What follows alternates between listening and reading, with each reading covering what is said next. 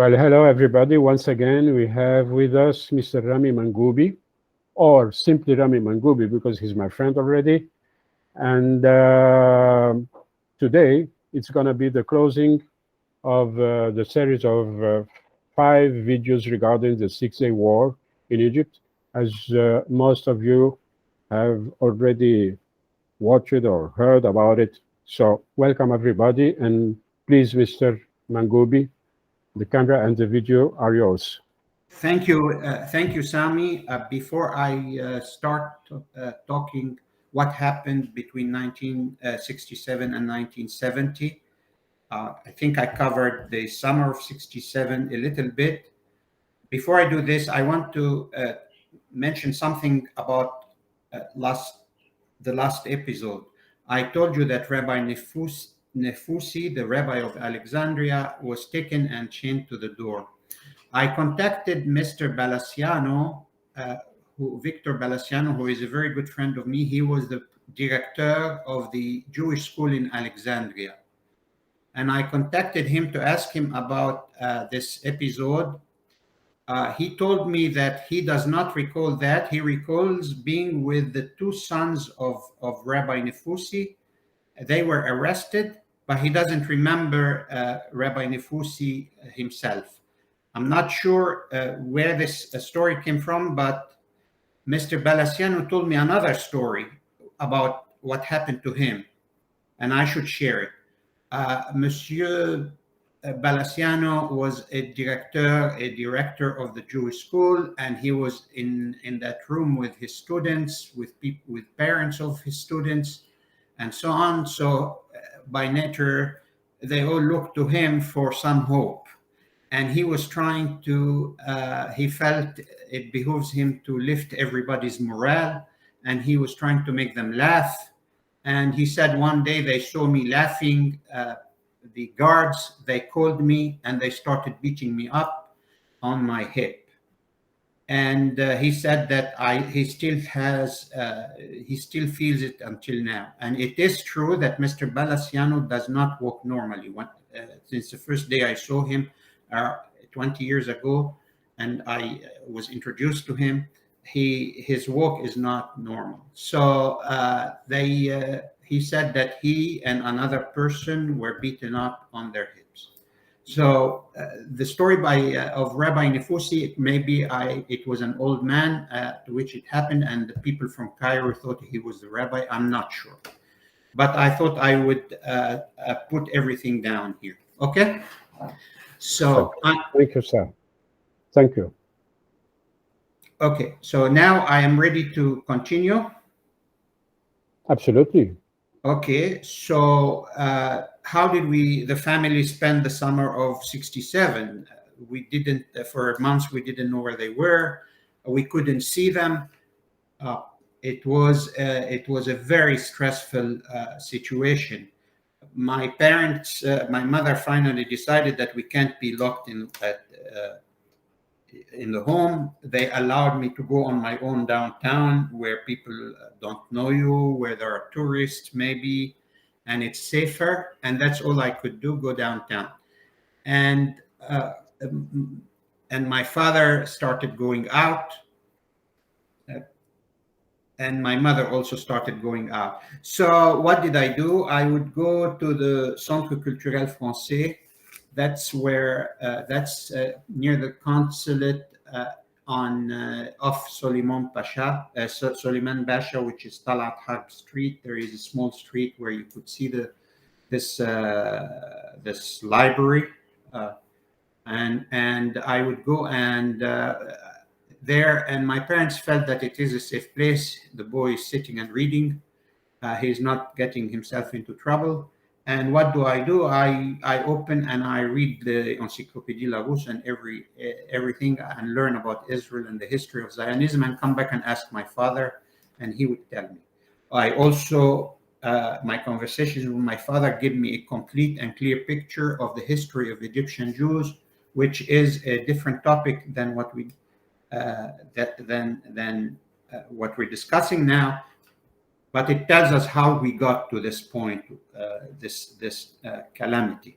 So during that summer, I grilled my father. He was reluctant to talk, but I had a very complete set of the sequence of events that led to this, and it goes back to the 19th century.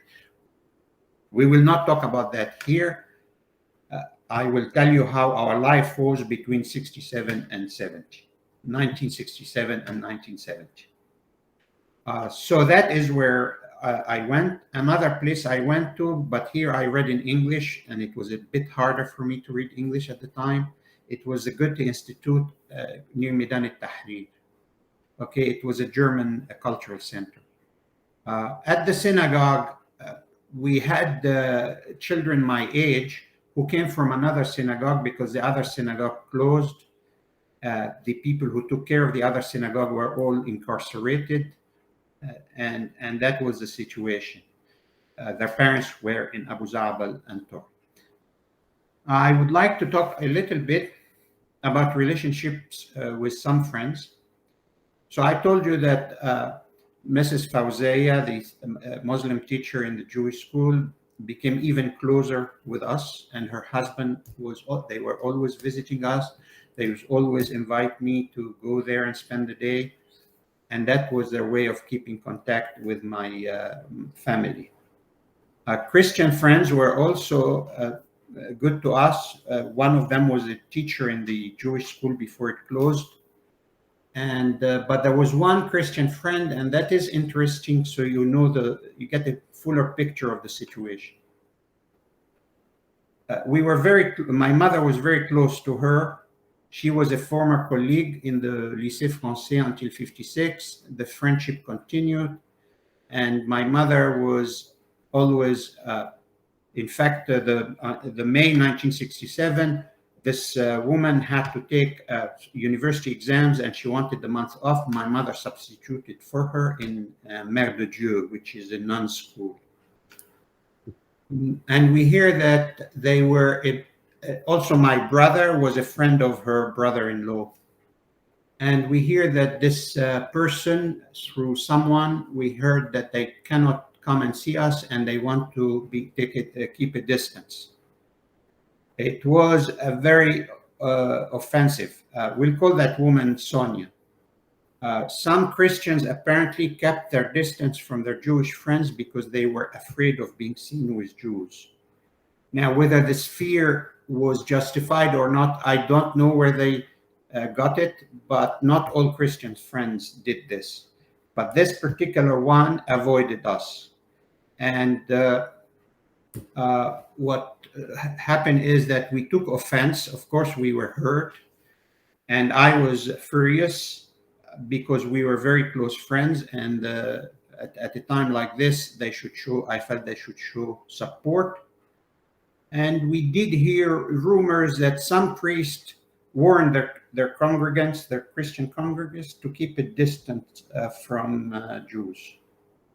And that was the situation. So we avoided this friend. Later in the fall, her nephew was at school.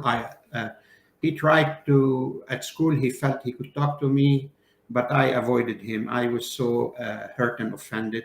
But that was the situation. Some people, when you're in that situation, will avoid talking to you. I will tell you more about this friend later. I told you about how I grilled my father. I learned about the Jewish contribution to Egypt's economy, the transformative contribution. I learned about the contribution to culture. My father always was saying, we did so much for this country, for Egypt, and look how they treat us. And my mother would also say that. I would like now to talk about back to school. So the first day, needless to say, I was warned by my parents ad nauseum in all languages. Okay, we didn't speak English, but English was included in this advice, in the set of advice. No politics. Keep your mouth shut. You don't know anything. in Arabic, lisanak husanak in somtu sanak. Your mouth, your tongue is your shield. Okay, you maintain it, and it will maintain you. Pas un mot. Ne raconte pas sur ton frère. Do not talk about your brother. Not a word. And that was, I assume, every Jewish family had to restrain their teenagers, and teenagers were nervous because they thought the day will come when they will also be arrested.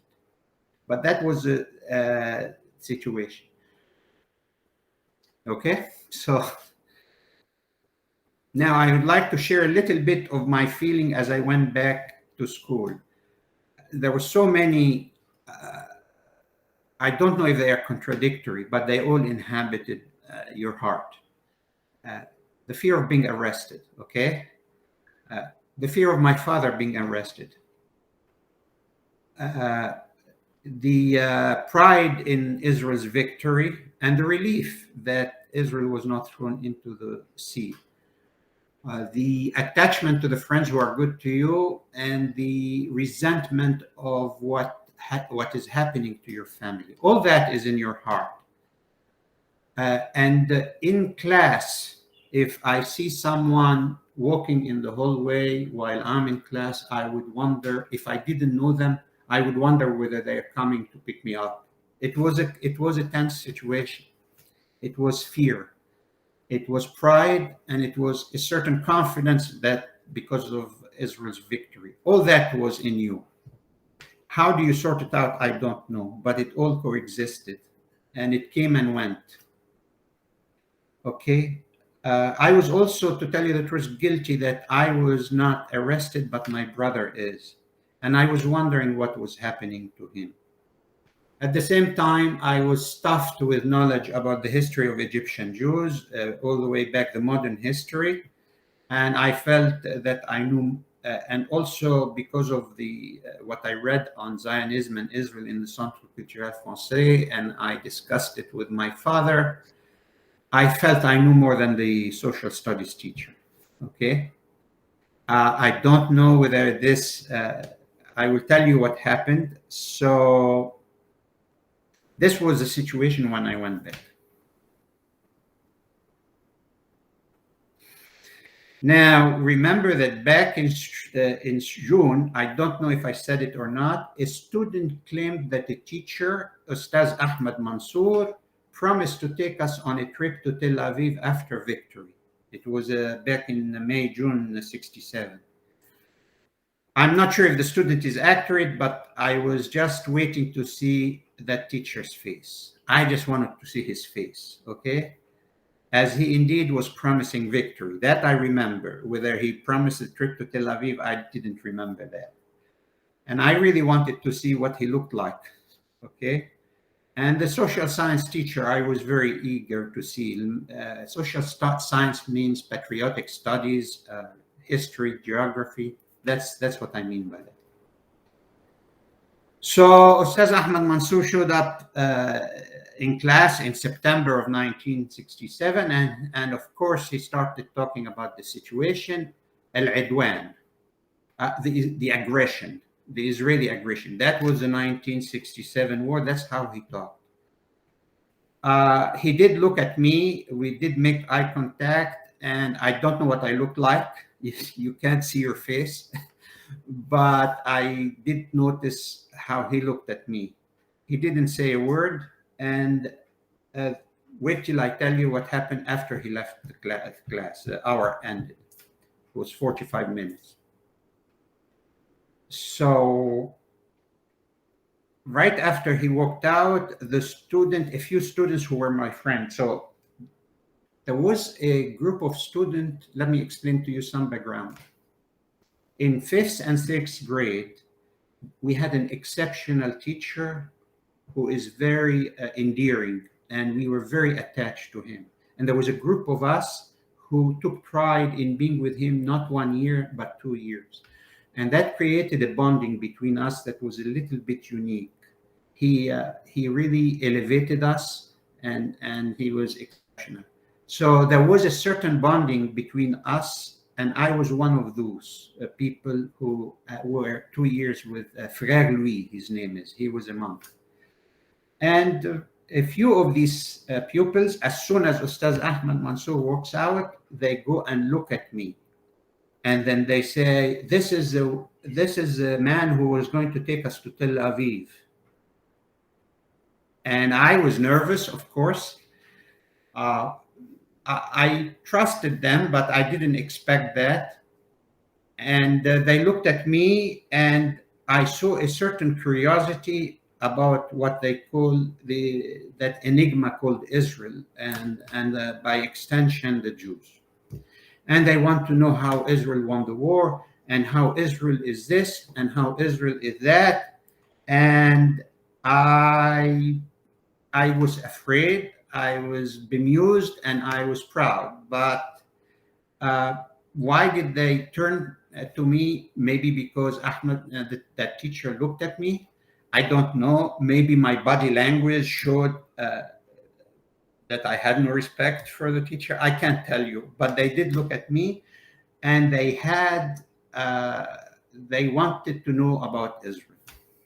This was true of Egyptian society. They were very curious how this country managed to inflict such, how to gain such a big victory. Remember, especially the older ones, and they used to talk like that. The Jews were being killed like sheep by Hitler, and look what they did to us. So older people would talk like this. There was no sensitivity towards the final solution or the Holocaust or any of that. They would talk like that. And now these students were very curious as well. They were teenagers, okay? And I was fear and pride as my brother. I would answer not to be, because they were friends, right? So I would answer, and sometimes I didn't know the answer, and they wouldn't believe me. They think I'm hiding Jewish secrets. And so I would sometimes make up something, and I don't know if it's right or wrong, but I think we can be forgiven. We were all teenagers trying to, and when you're given the opportunity to act as an expert, you do take it. But that was the situation, and it was quite an intense desire by a group of friends. One of them, Kamal Abdel Messih, he was very pro-Israel, and he felt that Christians were discriminated. And his parents, and he knew what's going on. His parents' Jewish friends were taken as well. So he lived downtown, and or I believe he lived downtown, but his parents knew Jews, and they were taken to Abu Zabal, or they were thrown on a boat if they were not, if they were foreign nationals.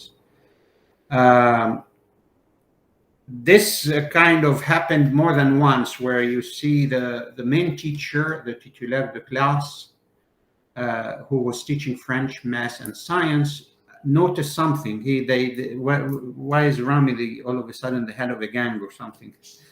He would come into the class after the other classes, and then he felt there was some politics in it, and he wanted to put an end to this. So he said, Mangoubi, the next time I see you, people around you, and you acting like Zaim, I'll send you to the Frère Inspecteur, the director. Okay, so we stopped that, and I would only talk discreetly in the recreation, in the break in the school courtyard, discreetly with others, with a few others whom I trusted, but not everybody. Okay. So that was the situation at school. Hard for me to show any respect for the Arabic language teacher and the social science teacher. Part of me had to restrain, felt I should be restrained. The other part said, what could they do to me? They will arrest me like my brother. Okay, so the first day I came back from school, I reassured my parents that I had friends and so on, and they were relieved, because it was a private school. There was the monks were foreign, and there was some contact, and they said, okay, at least the boy is safe, or relatively safe in the schools. I will There was a period where they were starting to let internees to leave the country directly to Alexandria, from prison to Alexandria, and then that stopped after a few left. The Egyptian government changed its mind. My brother was supposed to leave December 31st, 1967. December 26th, we discovered that he won't leave. And that was a big shock and a big disappointment. I think the issue was that the foreign ministry found that Jews in prison were an embarrassment in front of in European countries, but the defense ministry wanted these Jews as possible exchange for POWs. They exchanged them with Egyptian POWs with Israel. I'm not sure why they stopped, but if that is true, the defense ministry prevailed. And then our Christian friend wanted to come back to be a friend around December, around that period. My parents accepted. I objected. I did not want to have anything to do with that so-called friend again. I was very annoyed I felt betrayed, but my parents prevailed, and they told me, "Dol aqbat wal aqbat bitkhaf." They are Copts, and the Copts are scared. This is the explanation, and when Sonia came, she confirmed that. Anyway, I would like to tell you what my brother looked like the first time we visited him, sometimes in January of 1968. We hadn't seen him for 6-7 months, and that was a scene I never forget. We went into the Torah prison and we saw him, and from a distance he was coming along with others, and he started screaming, "Mama, Mama," and he took my mother and he hugged her. He was crying, my mother was crying, I started crying, my father watched, and my brother held my mother for 5 minutes nonstop. He was tightly holding her. We then sat and he hugged us, and he went back to hugging my mother. We started to calm down. He also took pride in Israel's victory. We discussed a little bit of politics, but that was the scene. Beginning that time, a visit was allowed every once a month, like a family visit. So you would sit in a room with them. There are a few families to a room, and once a week, a little later, they allowed once a week, but behind bars. So we would see him behind bars, and seeing him behind bars, the guy is innocent, and he's behind bars only because he's a Jew. That wasn't easy. Okay, that was just very difficult. I just will tell you a little bit of how I spent the next 3 years. Remember, I was 12 when my brother was arrested. A year later, I was 13. A year later, 14. I was approaching that cutoff age, 17. And there was one person who was arrested who wasn't even 17 years old. So I was very nervous too. Okay. And 1 year passed, and you get into the next year, and there is an event that I am going to tell you about that is very stressful. And I remember the stress that in about mid-1968, late 1968, there was a coup d'etat in Iraq. Abdel Rahman Arif was overthrown, and who replaced him? It was Saddam Hussein, and Ahmed Hassan al-Bakr and Saddam Hussein. To celebrate that revolution, they invited the mobs. They invited Baghdadis or Iraqis to come to the Liberation Square of Baghdad, where they would hang 9 Jews and 3 others that are non-Jews. And the crowd came. They celebrated. They danced over the bodies of those Jews who were hanged in public. You can imagine how we felt when we read this in the newspaper. You can definitely imagine and Al-Ahram was supportive of that. And I recall the headlines the next day, and I recall the day it happened. I read it on a Tuesday, and I was frightened. The world was outraged, but what's really, I would like to tell you how the Egyptian media, how supportive it was of that coup. So we were very scared. I mean, we are in Cairo. Our loved ones were in Tora prison now. And look what happened to the Jews in Baghdad, okay, in Iraq. When you are talking about Egyptian media, does it include radio and TV? We didn't have a TV, but we did have radio. And we usually listen to BBC in English. That's my father. I would listen my English was not so good at the time. I would listen in Arabic, and I would try to listen to Kol Israel. Sometimes you would listen to the Egyptian media, but what I'm talking about is Al-Ahram. And Salah, I do remember something that got my father very mad, because this was so close to home. And there was a cartoon. Salah Jahin was Egypt's most famous cartoonist. And there was a cartoon there that was really indecent.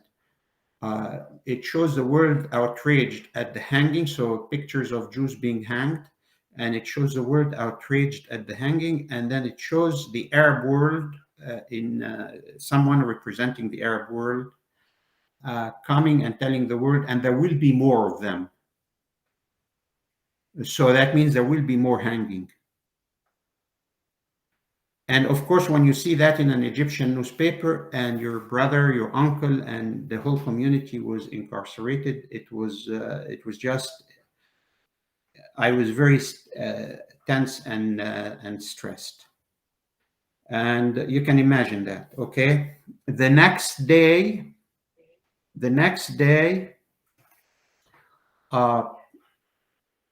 a student at school teased me about it. And of course, I was annoyed, and I had to keep my mouth shut. And I don't know who that student is, but his father could be an army officer. I didn't want trouble. Monsieur Adel Selim, who was a very good and compassionate teacher to me, he understood my situation very well. I don't know whether he noticed or he assumed that I would be anxious, and he told me, Mangoubi, ne t'inquiète pas, l'Égypte est plus civilisée que l'Irak. On his own, Mangoubi, don't worry, Egypt is more civilized than Iraq. I do remember him saying that. I have a picture of him until now. He was a very protective teacher, so I felt grateful. Now, during these years, I will tell you the toll on women. The blackmail, I think I said that earlier. The little shops were being closed, and some families decided that they should leave and leave behind the breadwinner, because they couldn't live. Okay, even though we got help from overseas, supposedly family help, but it was Jewish organization funneling money under the disguise of family help. And but it wasn't enough, and some families started leaving, and my brother wanted us to leave and start shipping things from abroad so he can leave too. My parents would not leave without him. And then come in late 1968, a family was headed for Alexandria that they would leave, and they were sent back. That was too much of an embarrassment to Egypt to see families without the father arriving in Europe. So now the families were also imprisoned, and that was 1968. Jewish organizations were aware of this, and they started to put pressure. So they started to see who is in prison, and they obtained lists of who is in prison and their status. They found that some were stateless. Okay, So they focused on these, and that is when they contacted the Spanish embassy, the Spanish government, and so that the Spanish government would help. And the Spanish government, Franco, decided that he would help. So they would give them temporary Spanish affiliation IDs. And this way, these families were allowed to leave. And I think I told you earlier that my parents knew the Ambassador Sagas, because his children were students of my mother at where she was teaching at the time, and my father, Franciscain de Marie in Zamalek. Okay, so a first wave in 1969 were allowed to leave, and that included my uncle. And the families left shortly thereafter. Who remained are the Egyptian citizens, which were harder. And it took a year for them to be freed. How they were freed is still, you get many conjectures, okay? So one conjecture is that they were exchanged. There was an operation in the Israelis took a lot of prisoners.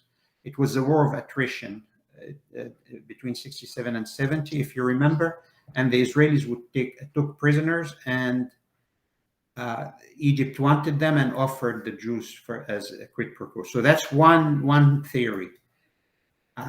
The other one is Nasser had a bank account in Switzerland, so the American Jewish organization decided to pay a certain sum for each Jewish head, $20,000. People would invent numbers, and that's how they were free.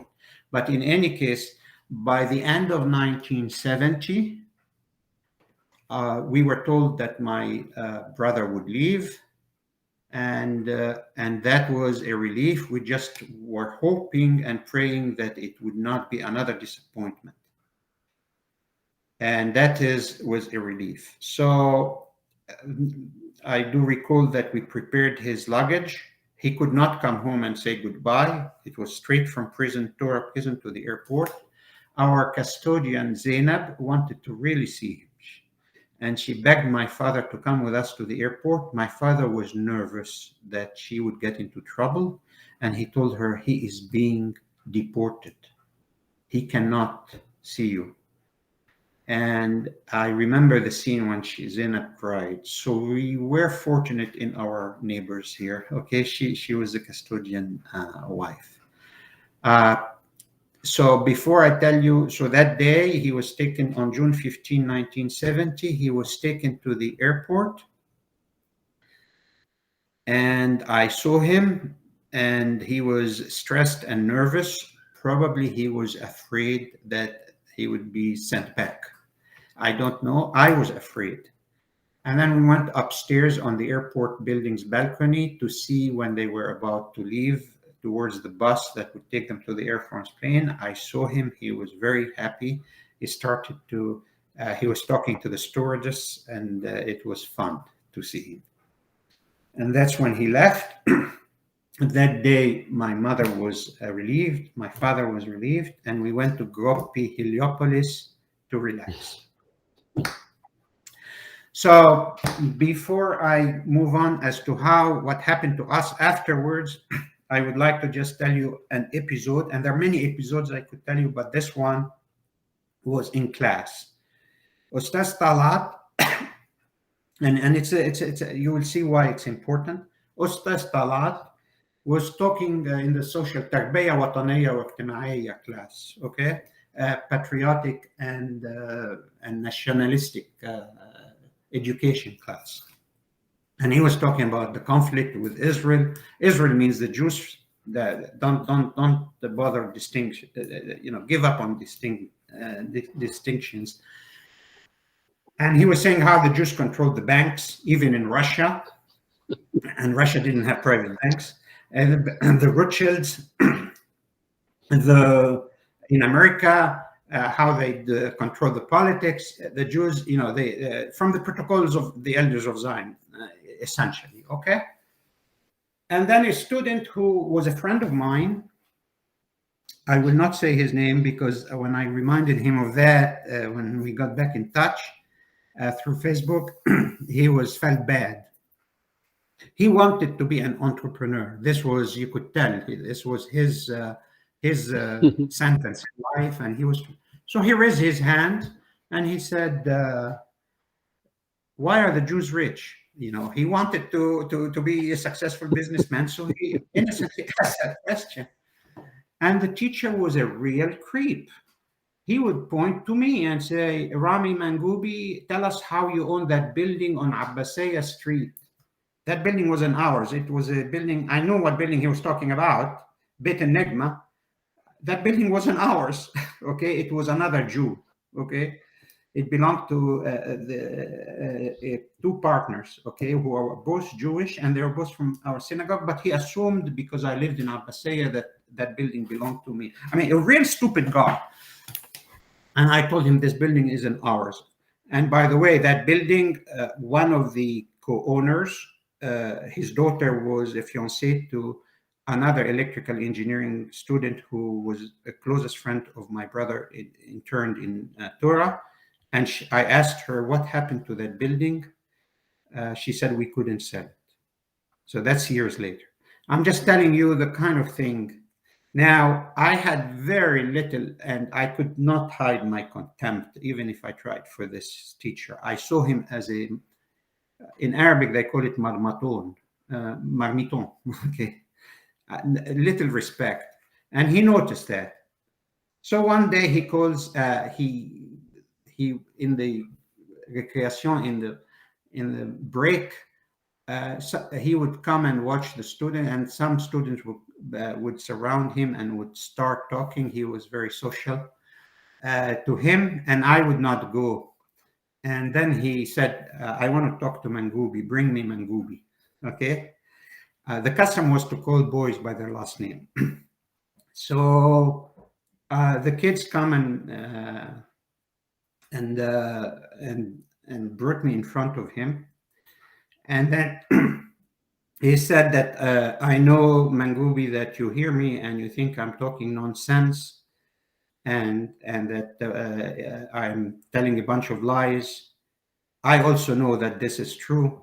But when you grow older, you will understand what it is to have a family and you have to feed them." I'll come back. Okay, so now my brother left June 15, 1970. It was like a rock that was taken off our heart, especially my mother and my father. And now we had to go, and my father had decided that he did not want what happened to my brother to one day happen to me. So he decided we're going to leave the country. And since he was already over 60, he was very nervous because he was not sure what will happen to me. And he was not sure how he could feed me if he left the country. He had a certain pension, and that he could feed me if we were to stay in Egypt. And that was his main concern. And he was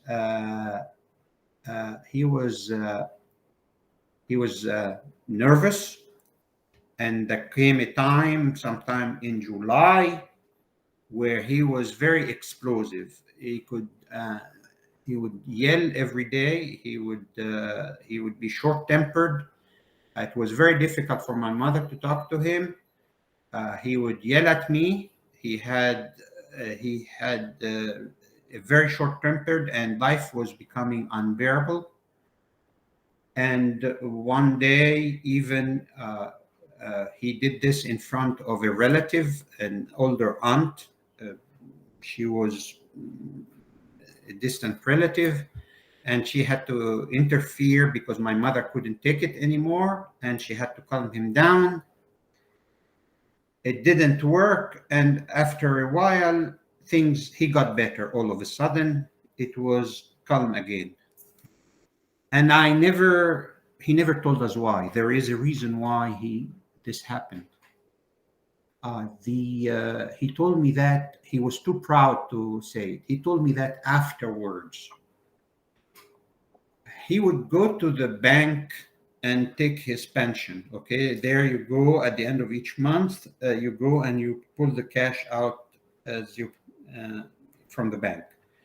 So that end of June, 15 days after my brother left, he would go to the bank. He would go to one office. He would sign the paper that says he left. He took the money, and he would go to the cashier to really take it. So he would sign and then go to the cashier, and then he would take it. So that day he did everything, and then when he went to the cashier, they told him to come back tomorrow. The cashier was not here, and he comes back tomorrow, and the same story. And then they come the next week and the same story, and he wasn't getting his pension. Okay, so that month he didn't get his pension. End of July, the same thing happens, and that was the period when things were at home very stressful.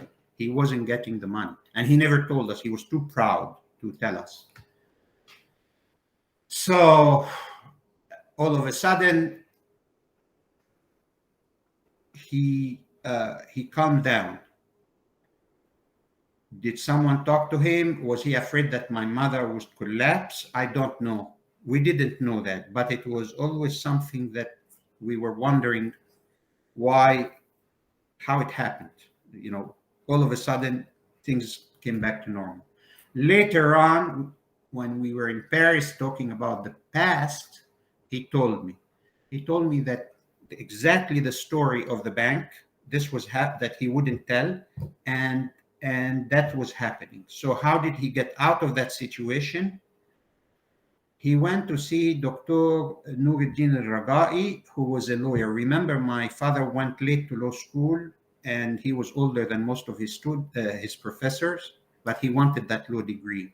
And because he was an older student, he was easy to notice, so people knew who he was. The teacher, the professors would smile at him, would acknowledge his effort to be a student that late in the 50s when he was in his 50s. Okay, so he knew a few of them, and one of them, after he got his law degree, he became a consultant while working in the government. He became a consultant to Dr. Nuruddin al-Ragai, a very famous real estate lawyer.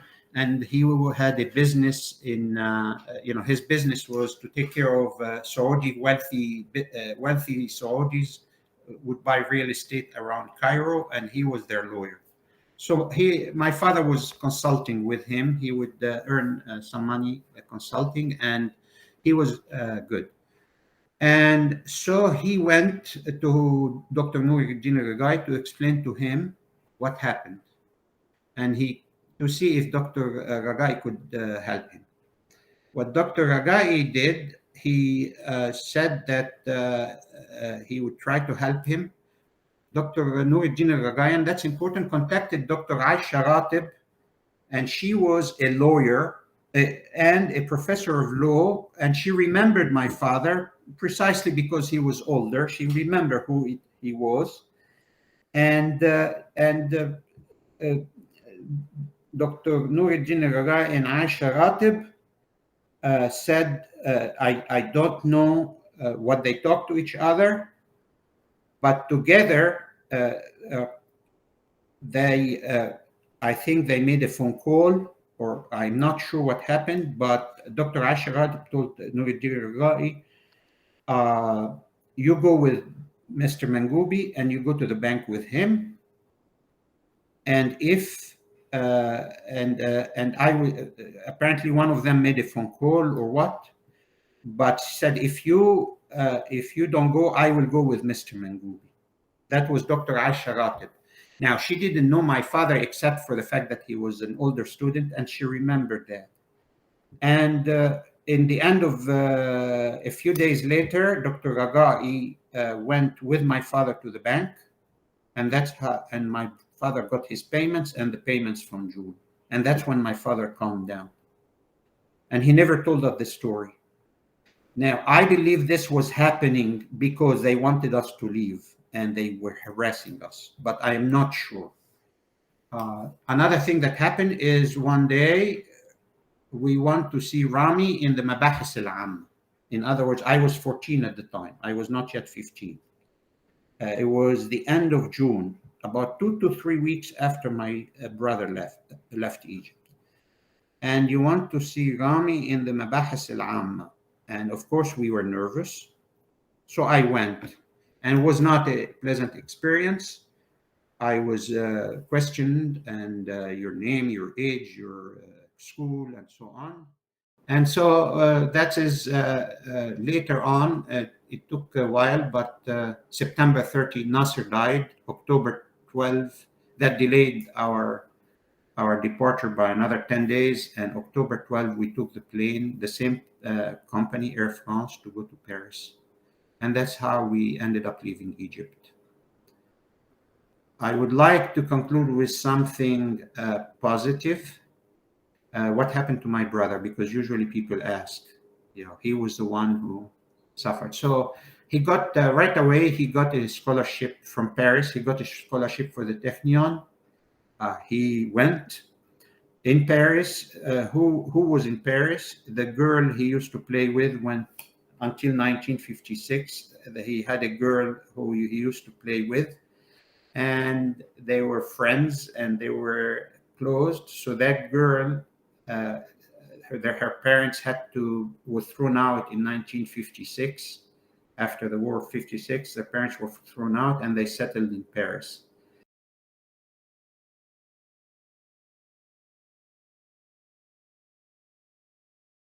And they had to leave. They were told to leave, and they had to, the story. 56 families left, and they left their belongings behind. And he saw her again. He renewed contact, and they decided to get married. And she joined him in Israel. After he finished, it took a while. After he finished his PhD, by that time he had 2 children, and then he went for a postdoc in Holland, and he came back, and he was hired by the Israel Armament Development Authority, the Ministry of Defense. One of his professors recommended him, and he had a brilliant career over there. He is a co-winner of the Israel Prize for Defense, and that's the most prestigious prize in Israel. At that time, the winners were secret, but he told us. So he sired a family. He now has 10 grandchildren. One of his sons is a professor of pure mathematics at the Einstein Institute at the Hebrew University. The other is a doctor, a medical doctor. And actually that medical doctor is he has a short stint in Toronto, and he met Mrs. Fawzia's grandchildren and Mrs. Fawzia's daughter. Her children, one of Mrs. Fawzia's daughters, her children are in Toronto. And she was in Toronto, and she went and wanted to see Sami's son, because like my brother, she was a student in electrical engineering at the same age, and they used to study together sometime.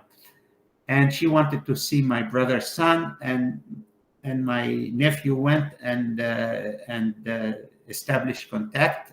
So the friendship is in its 4th generation.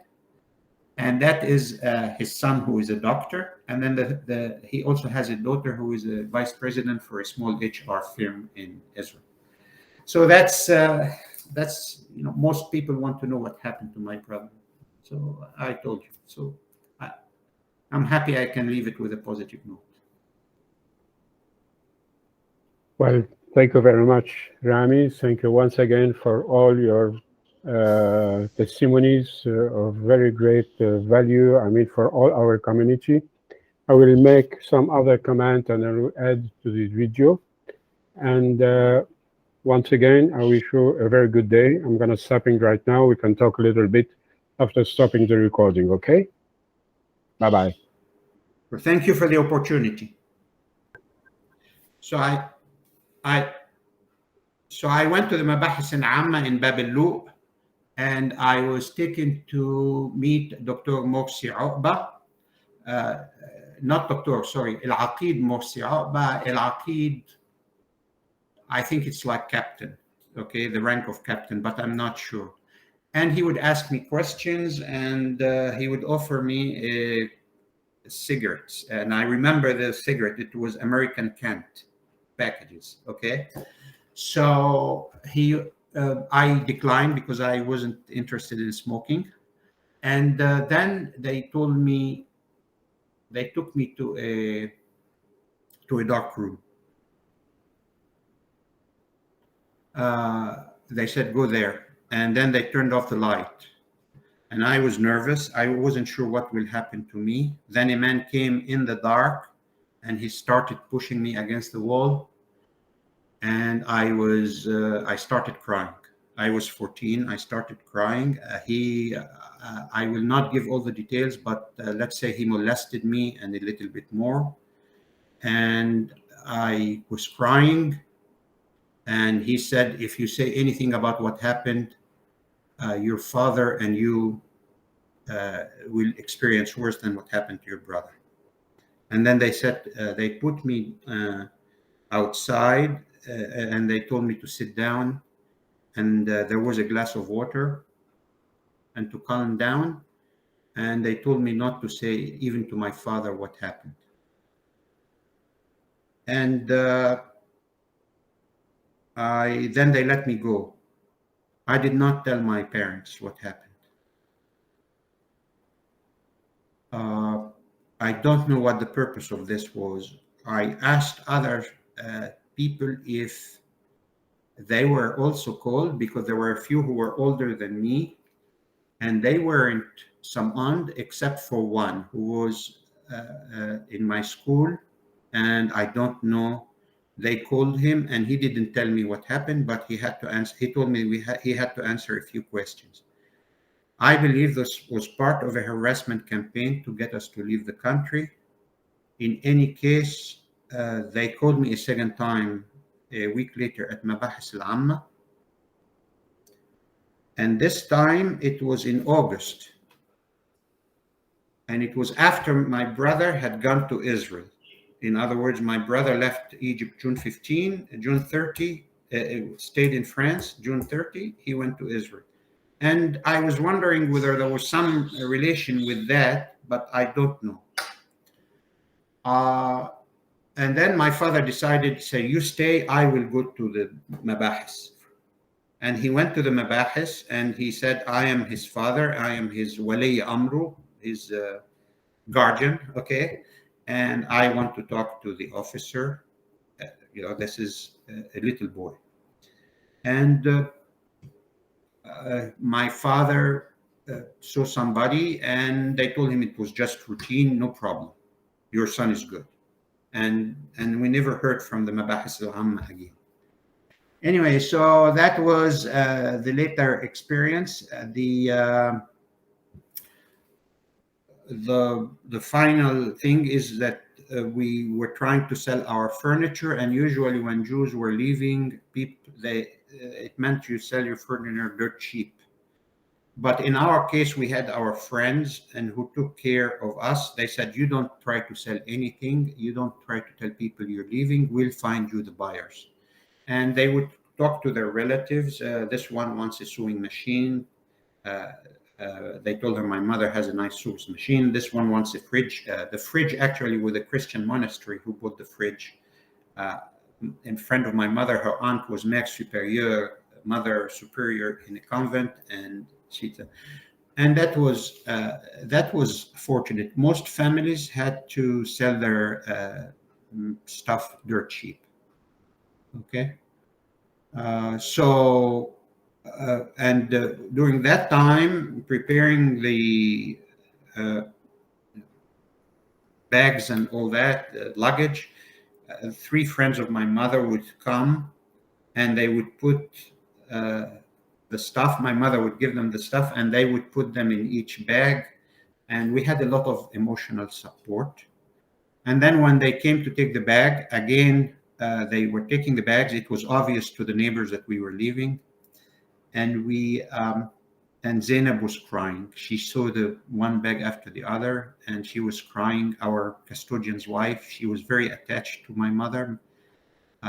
And my mother, these are less fortunate people. My mother was always generous with her, and she felt that she said, her husband said, there is nobody like you.